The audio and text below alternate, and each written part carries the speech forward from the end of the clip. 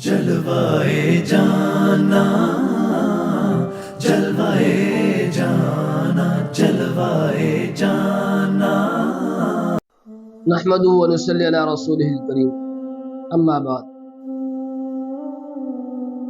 سرکار دو عالم صلی اللہ علیہ وسلم نے 4 چیزوں سے پناہ مانگنے کے بارے میں مسلمانوں کو آگاہ کیا۔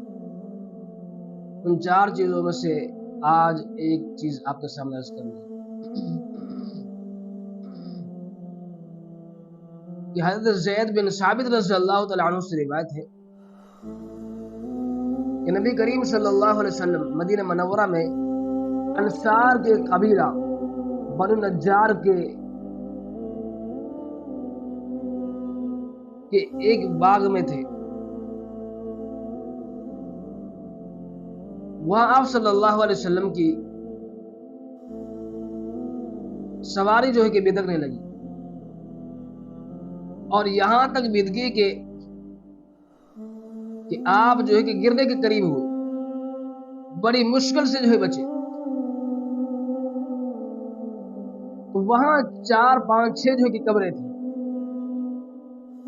آپ صلی اللہ علیہ وسلم نے پوچھا کہ ان قبر والوں کو کوئی جانتا ہے؟ کوئی ان کو پہچانتا ہے کہ کس حال میں مرے ہیں یہ لوگ؟ کفر کی حالت میں مرے ہیں یا ایمان کی حالت میں مرے ہیں؟ تو ایک شخص کہنے لگا کہ اللہ کے رسول، میں ان کو جانتا بھی ہوں، پہچانتا بھی ہوں، اور یہ جو ہے کہ شرک کی حالت میں مرے۔ اس وقت آپ صلی اللہ علیہ وسلم نے فرمایا کہ لوگوں، یہ قبر جو ہے کہ اس کے اندر انسان کا امتحان ہوتا ہے۔ اگر انسان اس میں جو ہے کہ پاس ہو جاتا ہے تو اس کو نعمتیں پہنچائی جاتی ہیں، اور اگر ناکام ہو جاتا ہے تو پھر اس کو جو ہے کہ عذاب ہوتا ہے۔ یہاں تک کہ آپ صلی اللہ علیہ وسلم فرمایا کہ اگر تمہیں جو ہے کہ عذاب قبر دکھا دیا جائے یا سنا دیا جائے تو تم اپنے مردوں کو دفن کرنا چھوڑ دو اور ان کے قریب تک نہیں آؤ گے۔ اتنا خوف اور ڈر تمہارے اندر جو ہے کہ بیٹھ جائے گا۔ اور آپ صلی اللہ علیہ وسلم فرمایا کہ انسان اور جنوں کے علاوہ تمام چیزیں جو ہے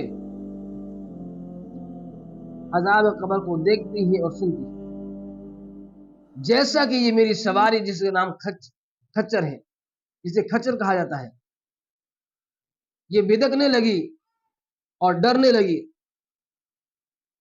تو اسی طریقے سے تمام چیزیں جو ہے کہ عذاب قبر کو دیکھتے بھی ہیں اور سنتے۔ تو سرکار دو عالم صلی اللہ علیہ وسلم نے مسلمانوں کو یہ پیغام دیا کہ اے لوگوں، اس قبر سے پناہ مانگو، اس کے عذاب سے پناہ مانگو۔ جو شخص جو ہے کہ اس میں کامیاب ہوا اس نے پہلی منزل کو پا لی، اور جو ناکام ہوا تو اس کے لیے بہت مشکل گھاٹی ہے یہ۔